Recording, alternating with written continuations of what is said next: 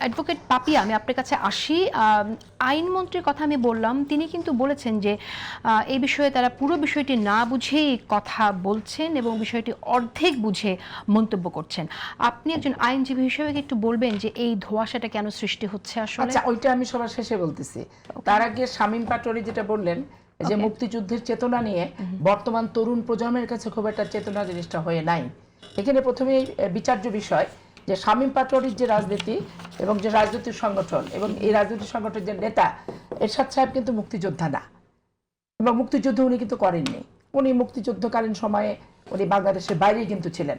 স্বাভাবিক কারণে মুক্তিযুদ্ধের চেতনার যে বিষয়টা, এটা ওনার নেতা প্রতিষ্ঠাতার ভিতরে যদি না থাকে তাহলে প্রতিষ্ঠাতার অনুসারীদের ভিতরে থাকবে কি করে? এক, আর মুক্তিযুদ্ধের চেতনাটাকে নষ্ট করছে শেখ হাসিনা নিজের হাতে। সেটা হচ্ছে পারিবারিকীকরণ, দলীয়করণের মাধ্যমে। স্বাভাবিক কারণ তরুণ প্রজন্ম মুক্তিযুদ্ধের চেতনা মানেই বুঝে ভোটারবিহীন নির্বাচন। মুক্তিযুদ্ধের চেতনা মানে তারা মনে করতেছে নিশিরাতের ভোট। মুক্তিযুদ্ধের চেতনা মানে গুম খুম অপহরণ।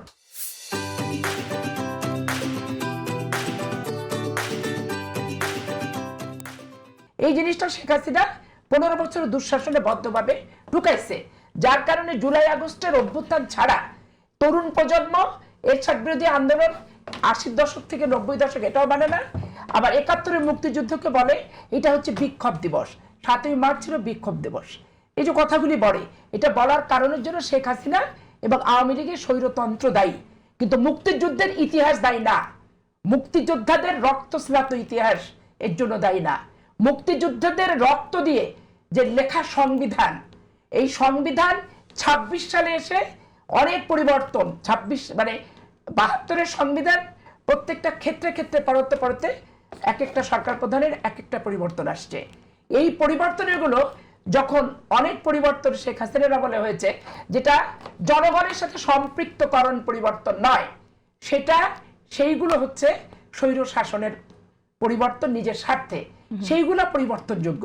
কিন্তু আপনি একটা বইকে ছুঁড়ে ফেলে দিবেন যে বইটা বই না, এখন শুধু জুলাই আগস্টের 1400 জনের রক্ত দিয়ে নতুন করে আমাকে সংবিধান রচনা করতে হবে, তাহলে আমি ওই পাটিগণিতে একটা বাঁশের 1-এর 4 অংশ যদি লাল, 1-এর 3 অংশ যদি নীল, 1-এর 2 অংশ যদি অমুক থাকে, যে অঙ্কটা করে আসছি এই জীবনে আমার কোনো কাজেই যদি না লাগে, কিন্তু ওই অঙ্কটা তো আমাকে করে ম্যাট্রিক পাসটা করতে হয়েছে, তাহলে ওইটাকে তো আমি অহেতুক অপ্রয়োজন আমার জীবনে তখন আমি বলতে কিন্তু পারিনি। তাহলে আজকে এই যে মুক্তিযুদ্ধের চেতনা নিয়ে যে বক্তব্যটা শামীম পাটোয়ারি দিল, এই বক্তৃতাটার সাথে আমি এই কারণে দ্বিমত পোষণ করছি যে তরুণ প্রজন্মকেও জানতে হবে যে মুক্তিযুদ্ধের বাংলাদেশ যদি না থাকতো, দেখেন তরুণ প্রজন্ম এটা নিশ্চয়ই জানে, আমি এইভাবে একেবারে জানি না। সেটা ভিন্ন রাষ্ট্রের সাথে যুদ্ধ, আর আমাদের দ্বন্দ্বটা যেটা 15 বছর দেশের ভিতরকার দ্বন্দ্ব, এটা বিভিন্ন দেশই হয়। আপনি ইরানে দেখেছেন, ইরাকে দেখেছেন, নেপালে দেখেছেন, সারা পৃথিবীর অনেক দেশে দেখেছেন, কিন্তু অস্তিত্বের, ভূখণ্ডের সার্বভৌমত্বের যুদ্ধকে আপনি যুদ্ধ মনে করবেন না। আর স্বৈরার শাসন দেশের আভ্যন্তরে ওকে বিতাড়িত করার যুদ্ধই নেই, এটা আমি মানলাম না। আর আপনি যে সালাউদ্দিন সাহেবের কথা বললেন, দেখেন সালাউদ্দিন সাহেব একজন অত্যাধিক মেধাবী ব্যক্তি এবং সংবিধানের প্রত্যেকটা পরত তার রিসার্চ এবং বিশ্লেষণ করা। উনার যে বক্তব্য দিচ্ছে উনি, এরপরে আর কোনো কথাই থাকে না।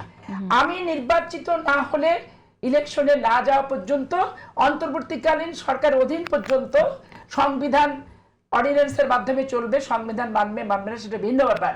কিন্তু আমি যখন নির্বাচিত হব, আমার সামনে যে বইটা আছে, এই বইটা আমি ছুঁড়ে ফেলে দিয়ে ওই জামাত ইসলাম কি বললো, জাতীয় পার্টি কি বললো, এটা করতে পারেন না। এটা আচ্ছা, আসছি আমি আলোচনা করতে, এটা নিয়ে কখনো দেশ চলে না।